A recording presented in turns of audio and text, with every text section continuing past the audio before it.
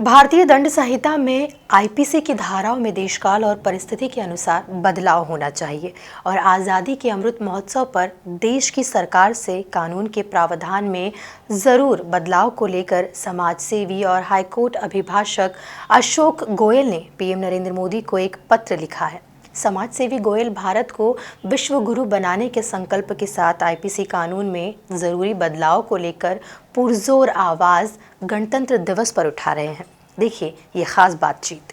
भारत देश को आज़ाद हुए 75 साल से ऊपर हो चुके हैं, परंतु आज भी संविधान में ऐसी कई आईपीसी की धाराएं हैं जिसमें कि अमेंडमेंट्स की काफ़ी ज़रूरत है ताकि हमारा देश और मजबूत बन सके।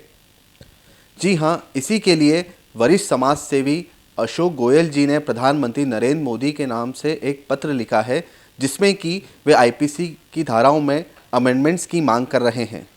आज इसी मसले पर बातचीत करने के लिए वे हमारे साथ मौजूद हैं। सर, आईपीसी की ऐसी कौन कौन सी धाराएं हैं जिसमें कि अमेंडमेंट्स की ज़रूरत है? भारतीय दंड विधान जो बना था सन 1860 में बनाया गया था अंग्रेज़ों द्वारा, जिसमें पिछले कई बार संशोधन 40 से ज़्यादा अधिक संशोधन हो चुके हैं। लेकिन हमारे देश का ये दुर्भाग्य है कि जिन विदेशियों ने भारत पर शासन किया, आज भी उनके द्वारा बनाई गई दंड संहिता के माध्यम से दंड निर्धारित किया जा रहा है।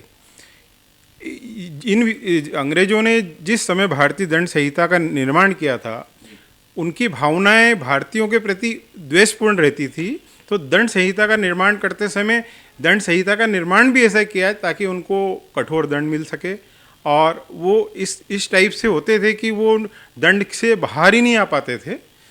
आज जब भारत 75वां गणतंत्र और आज़ादी का महोत्सव मना रहा है, तो हमने प्रधानमंत्री जी और माननीय गृह मंत्री जी से निवेदन किया है कि हमारी दंड संहिता में जिस प्रकार आप 75 साल में जो गलतियां भारत में हुई है उनको सुधार रहे हैं, तो आज इन दंड संहिता में भी एक बार पुनः सुधार किया जाए। हालांकि समय समय पर संसद में संशोधन हुए हैं, लेकिन आज भी संशोधन की बहुत ज़रूरत है। आज भी पूरे देश में लाखों ऐसे कैदी हैं जिनका जो कि रिहा हो चुके हैं, लेकिन 5 से 10 हज़ार रुपये की जमानत के लिए वो आज भी जेलों में हैं।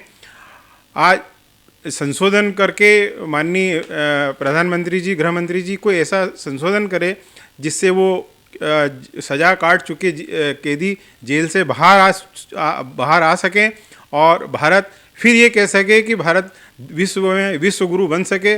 आज भी भारत जनसंख्या के हिसाब से विश्व में दूसरे नंबर पे है, और भारतीय जो डेमोक्रेसी है वो वर्ल्ड की सबसे नंबर 1 डेमोक्रेसी है। तो हम चाहते हैं कि भारतीय दंड संहिता ऐसी हो कि जिसको कि विश्व में लोग बोलें कि भारत की दंड संहिता को अपनाया जाए और अपनाया जाए। जी सर, आज भी भारतीय जेलों में हजारों ऐसे कैदी हैं जो कि सज़ा पूरी होने के बाद भी जेलों में सड़ रहे हैं, सिर्फ और सिर्फ इस वजह से क्योंकि उनके पास जमानत के पैसे नहीं होते हैं। आपको नहीं लगता उन कैदियों को रिहा कर देना चाहिए?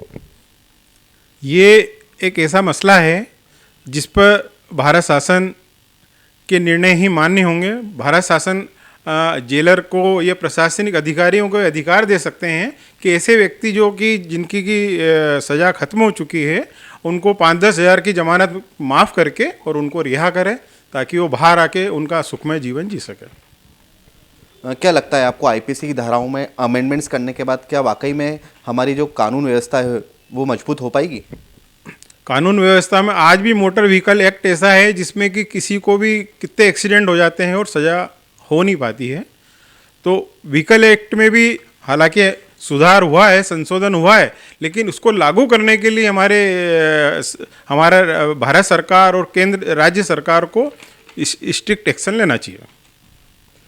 जी हाँ, निश्चित तौर पे तो ये थे वरिष्ठ समाज सेवी अशोक गोयल जी, जिन्होंने प्रधानमंत्री नरेंद्र मोदी के नाम पर एक पत्र भी लिखा है और मांग की है कि आईपीसी की धाराओं में अमेंडमेंट्स की सख्त ज़रूरत है ताकि हमारे देश की कानून व्यवस्था को और मजबूत बनाया जा सके। वीडियो जर्नलिस्ट धर्मेंद्र यादव के साथ युवराज सिंह पराउत की रिपोर्ट, MP न्यूज़, इंदौर।